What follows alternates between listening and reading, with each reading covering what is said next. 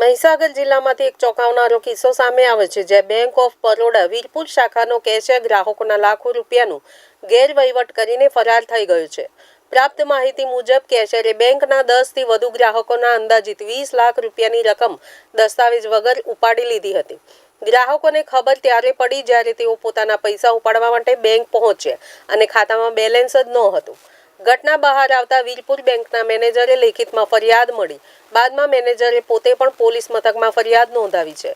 વીરપુર પોલીસે આરોપી કેશિયર વિરુદ્ધ ગુનો નોંધી તેની શોધખોળ શરૂ કરી છે. હાલ સુધી આરોપી કયા સ્થળે છે તેની માહિતી મળી નથી, પરંતુ પોલીસે તપાસમાં ઝડપી પાડવા અને આ બનાવ એકવાર ફરી બેંકમાં વ્યવસ્થાપન અને નાણાકીય સુરક્ષા પ્રશ્નચિહ્ન ઊભા થયા છે. ગ્રાહકોના વિશ્વાસ સાથે ખિલવાડ કરનાર આવા તત્વો સામે કડક પગલાં લેવાય એ જરૂરી છે. બરોડા બેંકમાં પૈસા ઉપાડવા માટે આવ્યો. ચેક ભરીને 75,000નો ચેક ભરીને કેશિયરને આપ્યો. એમણે એવું કીધું કે તારે પેમેન્ટ નથી, તો હું તમને ફોન કરું, પેમેન્ટ આવે, ગાડી આવે એટલે તમને ફોન કરીને બોલાવીશ. એ રીતે મોબાઈલ નંબર લખાવ્યો પાછળ, ચેક આપીને જતો રહ્યો. સાહેબે લગભગ અંદાજે 4:30 વાગે આમ ફોન કર્યો 11 તારીખે કે પૈસા આવ્યા નથી, એટલે આવતીકાલે શનિવાર, રવિવાર અને સોમવારની રજા છે, એટલે મંગળવારે સવારમાં આવજો.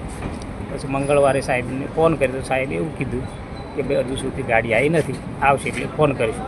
2-3 વખત ફોન કર્યા પણ કોઈ સરખો જવાબ આવ્યો નહીં. એટલે હું પાછું બેંકે આવ્યો, અહીંયા વાત કરી. એવું કીધું કે અહીંયા ખાવા ગયેલા, એટલે આવી એટલે પછી વાત કરીએ. પણ એ આવ્યા નહીં, એમની તપાસ કરતા કોઈ મળ્યા નહીં, એટલે પછી સીધું મેનેજર સાહેબની વાત કરી.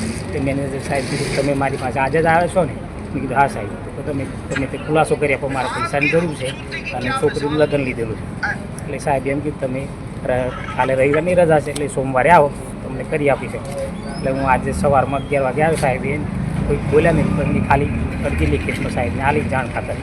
હજુ સુધી કોઈ જવાબ આપ્યો નથી કે અમે તમે પૈસા આપીએ કે પાછા જમા કરીએ, એવું કશું કહેવામાં જ બધું આવ્યું નથી. મારા દાદાની ક્રોપ લોન ચાલતી હીરાભાઈ શંકરભાઈના નામે તારીખ 8/4ના રોજ હું ક્રોપ લોન ભરવા માટે 2,99,000 રૂપિયા રોકડા બેંકની અંદર ભરેલા છે, અને તે રકમ ક્રોપ લોનની મારા ખાતામાં, મારા કાકાના ખાતા બનુભાઈ હીરાભાઈના ખાતામાં તારીખ 11/4ના રોજ 2,80,000 રૂપિયા ઉપાડવા માટે ચેક કેશિયરને આપેલો હતો.